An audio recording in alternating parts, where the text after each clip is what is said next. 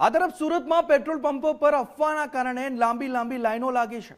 લોકોને ખોટી અફવાઓથી દૂર રહેવા તંત્રએ અપીલ કરી છે કે ખોટી અફવાઓમાં ન આવો। રેસિડેન્સ એડિશનલ કલેક્ટરની ખોટી અફવાઓમાં ન દોરાવાની અપીલ છે। સુરત શહેર અને જિલ્લામાં પેટ્રોલનો પૂરતો જથ્થો પેટ્રોલ ડિસ્ટ્રીબ્યુટર અને કંપની વચ્ચે રૂપિયાની ક્રેડિટ અંગે વિવાદ થયો છે। સોશિયલ મીડિયાના આધારે લોકો ખોટી રીતે પેનિક થઈ રહ્યા છે। ખોટી અફવાથી લાઈન લગાવવાની જરૂર નથી।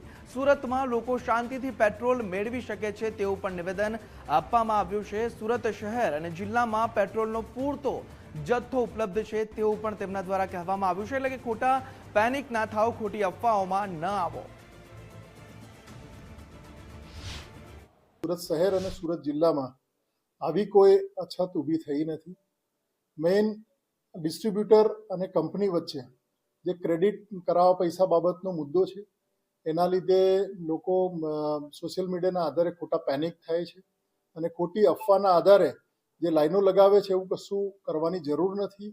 શાંતિથી પૂરતો જથ્થો અવેલેબલ છે અને શાંતિથી પોતે પોતાની રીતે જથ્થો અલગ રીતે મેળવી શકે છે।